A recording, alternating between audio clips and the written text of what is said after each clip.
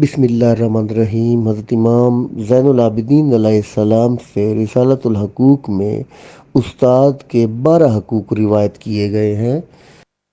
آپ فرماتے ہیں کہ پہلا حق یہ ہے کہ استاد کا احترام کیا جائے، استاد کی عزت کی جائے، اور دوسرا حق یہ ہے کہ استاد کی بارگاہ کو بھی محترم سمجھا جائے، اور استاد کی بارگاہ جہاں استاد اٹھتا بیٹھتا ہے اس کو بھی احترام کی نظر سے دیکھا جائے۔ جب استاد گفتگو کرے، بولے، تو اس کی بات کو غور سے سنا جائے، یہ تیسرا حق ہے۔ چوتھے نمبر پر یہ ہے کہ استاد کی جانب ہمیشہ رخ کریں، یعنی چہرہ کریں، کبھی بھی اس کی طرف پشت نہ کریں۔ اور پانچواں حق یہ ہے کہ اپنی آواز کو اپنے استاد کے سامنے بلند نہ کیا جائے، یعنی شور شرابہ نہ کیا جائے۔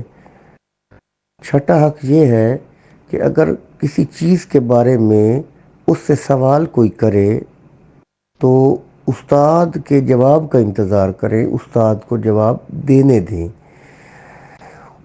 آپ اس سے پہلے جواب نہ دیں۔ جب استاد جواب دے تو آپ اس کو غور سے سنیں اور اس کو ٹوکیں نہیں۔ جو جواب استاد دے گا اسی کو ہی آپ مقدم جانیں۔ پھر ساتواں حق یہ ہے کہ جب آپ استاد کی محفل میں یا مجلس میں بیٹھیں گے جہاں وہ آپ کو علم دے گا، علم بانٹے گا، تو اس کا کلام یعنی اس کی بات آپ نے دھیان سے سننی اور آپس میں بھی بات نہیں کرنی۔ تو اس کی مجلس میں بیٹھ کر کوئی کسی سے کلام نہ کرے، یعنی کوئی شخص جب استاد کی محفل میں بیٹھا ہو تو آپس میں بات نہ کرے، انتہائی خاموشی کے ساتھ بیٹھے۔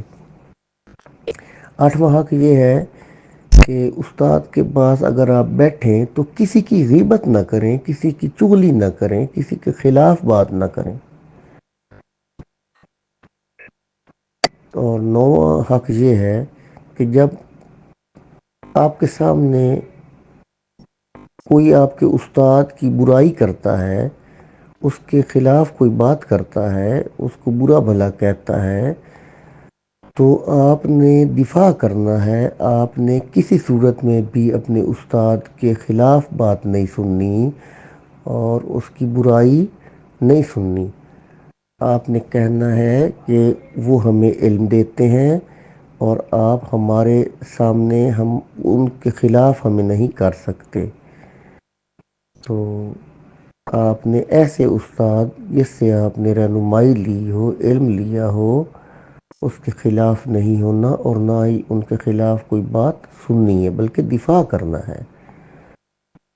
یہ حق نمبر 9 تھا۔ اور اب 10واں جو حق یہ ہے کہ اگر آپ استاد کی کوئی بات سنتے ہیں یا کوئی کہتا ہے کہ آپ کو استاد ایسے ہے ویسے ہے، تو آپ اس پر یقین نہیں کریں گے اور آپ اپنے استاد کے فضائل کو اور ان کی خوبیوں کو بیان کریں گے اور استاد کے خلاف بات نہیں کریں گے بلکہ ان کی خوبیاں بیان کریں گے۔ اور اگر کوئی خدا نخواستہ ان میں کوئی ایسا نقص یا کوئی غلطی، آخر انسان غلطی کا پتلا ہے، تو کوئی آپ نے دیکھی ہے یا کوئی ان سے سرزد ہوئی ہے، تو آپ یہ نہیں کہ اسی کی بنا پہ آپ ان کو برا بھلا کہنے لگ جائیں گے، بلکہ آپ ان کی خوبیوں کو یاد کریں گے اور ان کی ایسی کسی غلطی پر پردہ ڈالیں گے اور اس کو دوسروں کے آگے بیان نہیں کریں گے، کیونکہ بعض اوقات استاد غصے میں بھی کوئی بات کر دیتا ہے،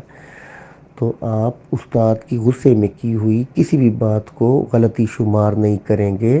اور اگر آپ کے دل میں یہ جاتا ہے کہ یہ غلطی ہے تو آپ اس کا بیان دوسروں کے سامنے نہیں کریں گے اور استاد کی خوبیاں بیان کریں گے۔ اور 11واں حق یہ ہے کہ جو آپ کے استاد کے ساتھ دشمنی رکھے، جو آپ کے رہنما کے ساتھ دشمنی رکھے، ان کے ساتھ عداوت رکھے، ان کے ساتھ بغض رکھے، تو ان کی ہم نشینی نہیں کرنی، اس کے ساتھ ہرگز نہیں بیٹھنا۔ یہ نہیں ہے کہ آپ کہیں کہ جی ہمیں کیا ہے، اگر وہ ہمارے استاد کو برا بھلا کہتا ہے، ان کے ساتھ دشمنی رکھتا ہے تو ہم ہمارے ساتھ تو نہیں رکھتا، ہم تو اس کے ساتھ بیٹھیں گے. تو نہیں، آپ نے ایسے شخص کے ساتھ بیٹھنا ہی بند کر دینا ہے، چھوڑ دینا ہے ایسے شخص کو. تو اور 12واں حق یہ ہے کہ جو آپ کے استاد کے ساتھ دوستی رکھتا ہے، یا آپ کا استاد دوست ہے جن لوگوں کا، ان کے ساتھ آپ عداوت اور دشمنی نہیں رکھیں گے. جن کو وہ اچھا سمجھے گا آپ اسی کو اچھا سمجھیں گے.